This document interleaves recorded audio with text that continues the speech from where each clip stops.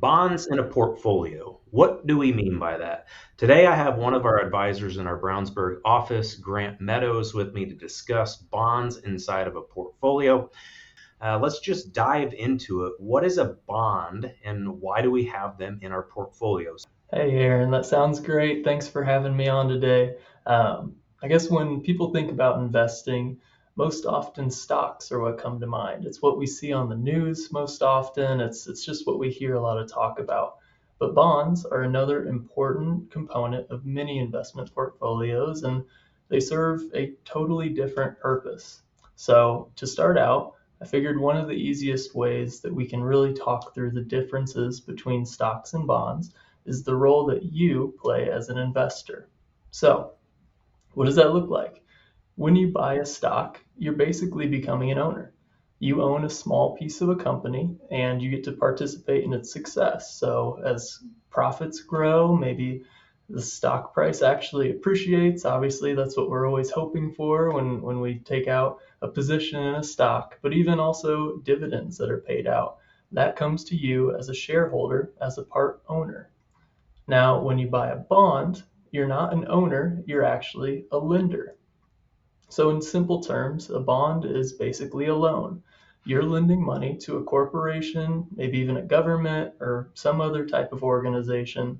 And in exchange, they agree to pay you interest and return your principal at a specified date in the future. And that's, of course, assuming that they meet their obligations. But Yep. because you're acting as a lender rather than an owner, you don't directly participate in the company's growth. Instead, you're compensated through the interest payments that you receive for lending your money. So you might be asking yourself, why would someone take out a position in a bond rather than a stock? You, again, see so many things on the news of just stocks, and everybody's got their own opinions, articles, stock pickers. Well, for bonds, there's generally three primary reasons. The first would be income. A lot of bonds provide regular interest payments, and that can create a steady stream or a cash flow that people can rely on. Second would be capital preservation. You may have heard this idea of, reducing equity exposure as you age. Those are all things that we talk through with people all the time. And so, again, capital preservation, all that means is that high quality bonds are often used in portfolios when people want to help preserve a portion of their assets but still earn a bit of a return. The third reason, diversification. As you well know from any videos that you've watched with us here in our team at FEG, diversification is incredibly important within a portfolio. So, along those lines, stocks and bonds often play different roles within a portfolio.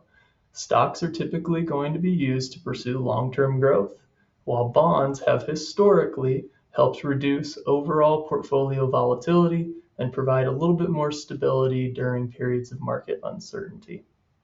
Now, that being said, bonds aren't without risk as well.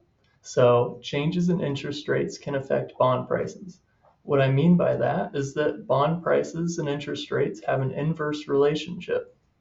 You hear all the time the Fed might be raising rates, might be lowering rates. That in turn can affect the actual price of a bond as investors find certain bonds that pay a fixed percentage more attractive or less attractive. Also, of course, we have to keep in mind that the issuer of the bond could also fail to make their promised payments. So that's why bond quality and diversification, again, there's that word, are so important to us here at FEG.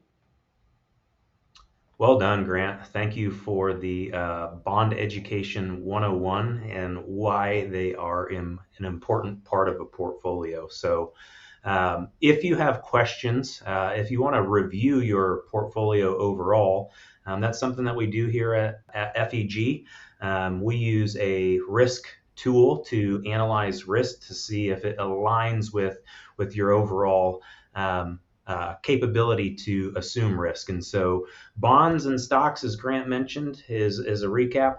Bonds is lending money to a company or an entity or a school or a municipality, and stocks are ownership, and they have a collaborative relationship in investing. So if you have questions, if you want a portfolio review, schedule that complimentary meeting. It's a meeting where we'll sit down, look at your overall picture, give you things to think about in the future, and if we decide to partner together, a written plan of what FEG will do for you. You can scan that QR code on the screen. You can go to yourlifeafterwork.com, get on Grant's calendar. You can send questions to us at the team. You can see that on the screen. We are here, happy, ready, and able to help you. Thank you so much for watching. Have a blessed day.